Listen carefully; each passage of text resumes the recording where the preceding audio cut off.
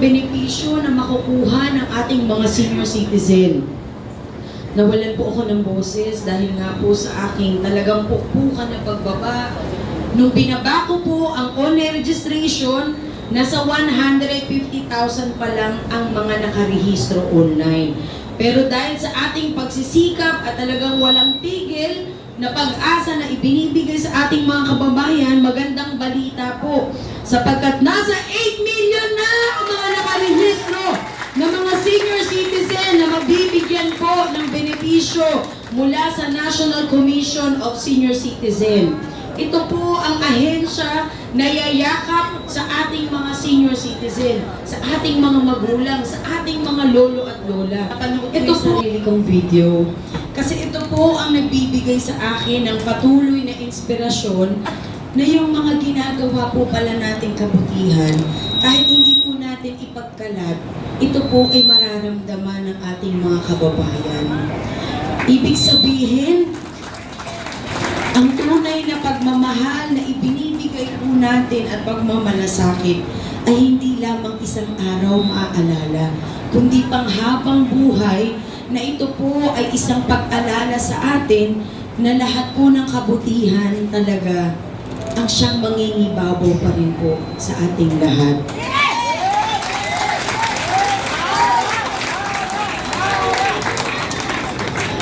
Kaya naman nagpapasalamat po ako sa inyong emplog na si Calito at sa kanyang wife.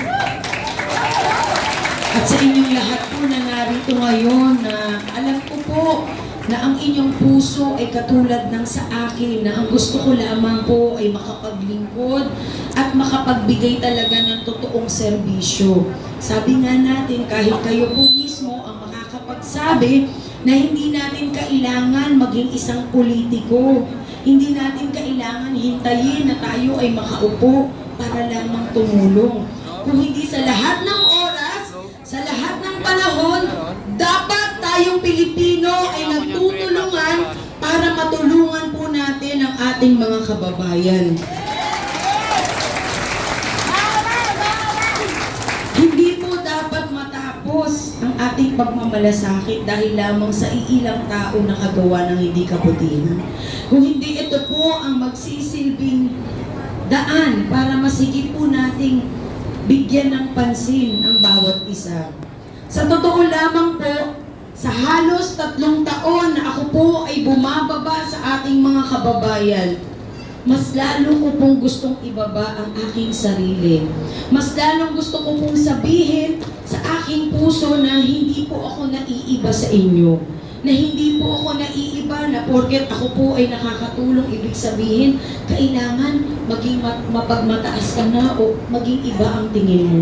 Kung hindi kapag binababa mo pala yung iyong sarili at ikaw talaga ay tumutulong, mas lalo mong nararamdaman na kailangan ka talagang tumulong at kailangan yakapin mo talaga at maramdaman po ang mga Manileño na talaga pong nawalan na ng pag-asa. Sa totoo lamang, ako po ay ipinanganak at lumaki ng San Andres Bukid, Maynila, na kung saan hindi naman po iba sa akin kung ano po ang sitwasyon natin ngayon. Hindi naman po ako bulag sa katotohanan na kung ano po yung nangyari sa atin. Pero sa kabila po ng lahat ng ito, naging positibo pa rin ang aking pananaw dahil nga yung pag-asa po na ibinibigay ninyo para sa mga katulad ko, ang siyang nagdala po sa akin dito para gampanan po ang pagiging isang tunay na tao.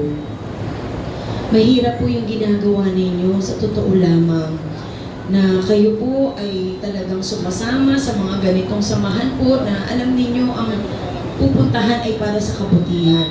Pero ano po ba ang kapalit ng lahat ng ito? Lalo na sa panahon ngayon, ang tao kailangan laging may pera. Kapag pinatawag ka, ano, magkano ba yan? Magkano ba dyan? Mas malaki ba yan doon sa nagpatawag? Sa totoo lamang, hindi naman po ito sa sinasabi ko ano po. Pero naging gano'n na po ang kaisipan natin dahil nga po sa kahirapan. Dahil sa sobrang hirap na parang konting gawin po natin, kailangan meron pong kapalit na makakatulong sa ating pamilya. naku, paano ba to anak? Lalabas ako ng bahay, hindi ako makakapagtinda. Meron bang kapalit yan na kahit hindi po ako magtinda, ay kikita ako? Ibig ko sabihin, medyo hindi naman po masama, pero parang sabi nga nila, buti pa raw yung pera, may tao. Ang nangyayari po, yung tao na nagmumukha ng pera. Siguro kung ang tao nagmumukhang pera, baka siguro ang dami talaga nating pera, ano po.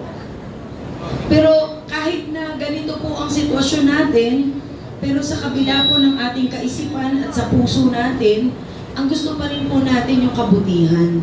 Lalong-lalo na mayroon tayong mga anak, mayroon tayong mga apo, na iisipin pa natin ako paano kaya pag nawala na ako sa mundo, paano mabubuhay itong mga anak ko? Paano kaya itong mga apo ko na baka hindi na makapag-aral dahil paano pag wala na po ako? Yan po ang isang pag-alala ng isang magulang na katulad ko rin po. Sabi nga ng anak ko, mula po nung ako ay nangampanya, hindi na po ako napirmi sa aming tahanan. Hanggang ngayon, lagi po ako tinatanong ng aking anak, Mami, bakit ba lagi kang lumalabas? Ano bang meron dyan sa pula mong damit? Dahil tuwing suot ko raw po yung pula kong damit, inawawala po ako sa bahay hanggang gabi. Sabi ng anak ko, Mami, nakared ka na naman. Kinakabahan na siya pag nakapula po ako. Mami, lalabas ka na naman, nakapula ka na naman. Kasi nga po, nararamdaman ng anak na ano bang meron? Bakit lumalabas ang aking mami? Pinapaliwanag ko po sa aking anak kung ano pong dahilan ng aking paglabas. Dahil sabi nga niya, at the age of 11 years old, ang sabi ng anak ko, tapos na yung election, Mami, hindi ka pa rin natatapos na lumalabas. So nung pinaliwanag ko po sa kanya kung ano pong dahilan ng aking paglabas, alam niyo, sabi po ng anak ko, Mami, ganito na lang, paglaki ko, gusto kong maging presidente ng Pilipinas. Para hindi ka na mahirapan. Para yung pagtulong mo, direkta na, at hindi ka na mahirapan na isa-isahin mo pa yung mga tao. Ganun pala po kapag ang pagmamahal ay binibigay mo sa anak, nauunawaan ka niya. Kaya ako naman po, ang ginagawa ko po tuwing bababa ako sa mga barangay, pinapaliwanag ko po ano ba ang online registration. Ano po ba ang benepisyo na makukuha ng ating mga senior citizen? Nawalan po ako ng boses dahil nga po sa aking talagang pukpukan na pagbaba. Nung binaba ko po ang online registration, nasa 150,000 pa lang ang mga nakarehistro online. Pero dahil sa ating pagsisikap at talagang walang tigil na pag-asa na ibinibigay sa ating mga kababayan, magandang balita po. Sapagkat nasa 8 million na ang mga nakarehistro na mga senior citizen na mabibigyan po ng benepisyo mula sa National Commission of Senior Citizen. Ito po ang ahensya na yayakap sa ating mga senior citizen, sa ating mga magulang, sa ating mga lolo at lola. Ito po ang ahensya na magiging tahanan po nila para sa lahat ng programa.